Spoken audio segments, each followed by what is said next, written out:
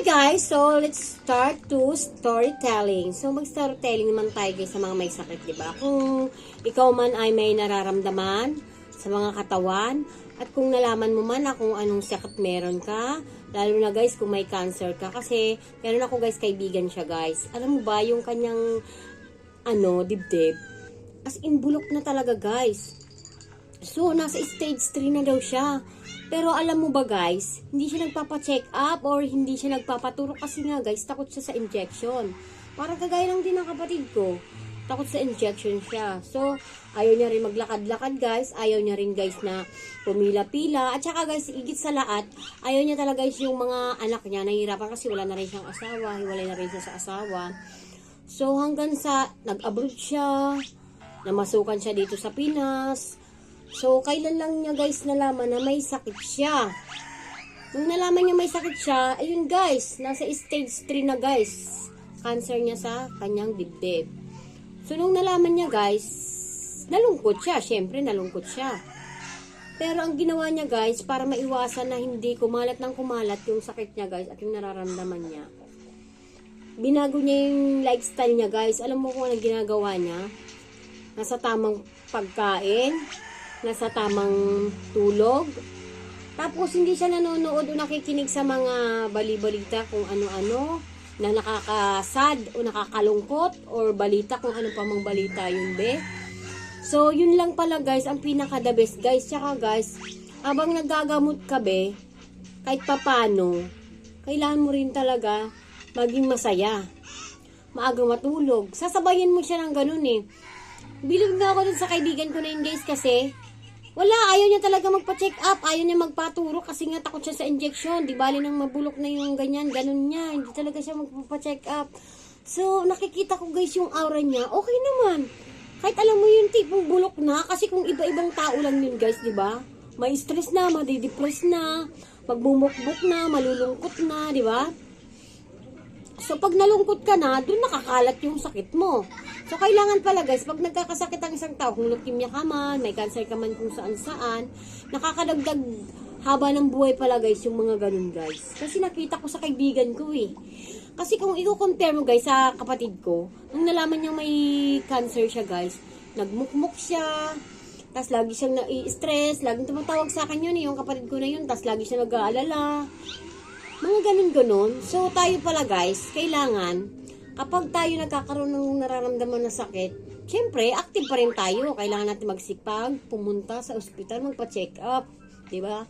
Kaso nga, ang pinagkaiba lang guys dun sa kapatid ko, takot din yun sa turok, takot din yun sa injection, check up. Ngayon, nalaman niyang nasa malala na yung nararamdaman niya, halos hindi na siya makahinga, wala na. No choice na, hindi na siya ma-operahan.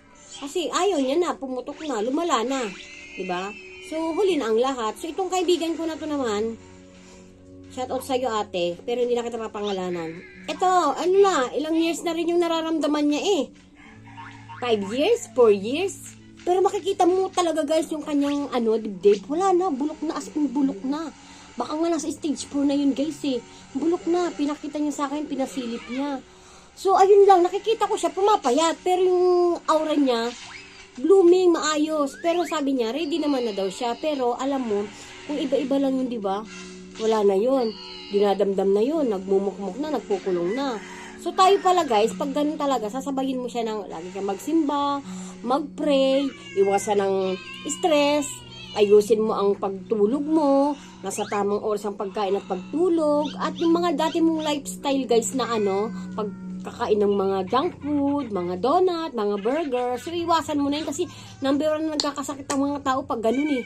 Papuyat na ng papuyat eh. Tapos mga kinakain, non-healthy food pa, di ba? Lalo na yung mga mayayaman, yung mga may pera na nakain ng bumili. So, kailangan pa rin natin iwasan yun guys. Control ba? Kasi kasi guys, kung malaki man ang sinasahod mo o malaki man ang kita ng business mo guys, mawala yun, isang pitik lang yan guys. Kung magkakaroon tayo ng sakit o kayo magkakaroon ng sakit, mawawala yung mga ganyan na ari-arian nyo sa sakit nyo. Kung parang nag-iipon lang din kayo, nag-iipon lang din sa paggamot, paggastos mo sa gamot. So, kailangan din natin alagaan ng sarili natin, mahalin natin, di ba? So, kung mahal mo ang trabaho mo, negosyo mo, mahalin mo rin yung katawan mo, di ba?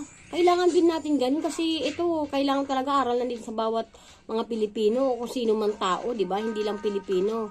Kasi ang buhay natin isa lang. So, kailangan talaga maging mapagmahal sa katawan, mahalin ang sarili, mahalin ang buhay kasi may mga tao pa tayong maiwanan, di ba? Kailangan ganun talaga. Yung mga masasarap, kailangan mong pigilan. So, itong kaibigan ko na ito na kinikwento ko sa inyo, guys. Kung ito siguro nagpapa-check up, baka ito may taning na, tinaningan na ng doktor, di ba? Hindi natin masasabi kasi mga ganyan may taning na. Pero guys, tingnan mo, hindi siya nagpapa-check up, takot sa doktor. Takot siyang maturukan. Pero guys, kung makikita mo talaga yung kanyang natuyo na. Natuyo na kasi meron siyang pinapahid, meron siyang pinampanligong bayabas ba yun, mga ganun-ganon. Tapos meron siyang iniinom guys na kung ano-anong mga herbal na okay naman, effective naman sa kanya, yun ang ginagawa niya. Tsaka ang ginagawa niya, pinaka number one best medicine niya sa sarili niya, yung masaya lang siya palagi, tapos lagi lang siya nagsisimba, pumupunta siya sa simbahan kahit kahit linggo, nagsisimba siya, pumupunta siya doon sa grotto, parang ganun. Tapos ano siya guys, lagi lang siya masaya, hindi siya nag-iisip, basta kumain lang siya. Basta makakain lang siya. Tapos guys, lagi lang masaya yung mga pinapanood niya. Tapos yun nga guys, yung sabi ko sa inyo, di ba? Yung pagtulog, ayusin. Huwag magpupuyat. Huwag kakain ng kung ano-ano. So, lalo kung mayroon ka nang nararamdaman, kung may cancer, sakit ka na, at hindi pa naman nasa stage 3, stage 1 pa lang yan, o hindi pa malala, kaya pang gumaling guys. Kaya wag kayong mawawalan sa mga may sakit talaga. Kasi yun lang masasabi ko guys. Kasi, pansinin nyo yung stage 3 na nga Sabi niya, stage 3 na siguro. Nalaman niya na rin, makapacheck up na siya one time, hindi na naulit. Stage 3 na yung nararamdaman niya, pero blooming pa rin, okay pa rin, pumayat lang siya. Pero yung aura ng mukha niya, ayos pa naman, okay pa naman. So, hindi lang natin alam guys kung hanggang saan lang yung buhay niya. So, yung kaibigan ko na yun, pumupunta dito. Pag pumupunta dito, binibigyan ko siya ng pagkain. Kasi doon lang, masaya na siya sa pagkain Ayun na ini-stress mga anak niya Tsaka ayun na rin niya guys, maglakad-lakad pa sa munisipyo o kung saan sa ospital. Wala na siyang time kasi nahapo na siya.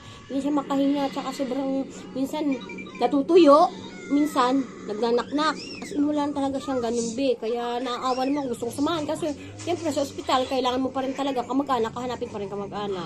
So, yun lang guys ang pangaral ko din sa ating mga tao, sa ating mga Pilipino. Huwag abusuin ang ating pangangatawan. Maging masaya, maging mapayapa, mahalin ang mga kaaway, lalo lang tayo mag-pray, at lagi lang masaya. So, yun lang guys. Thank you for watching everyone. Sa susunod na kwento ulit, abangan!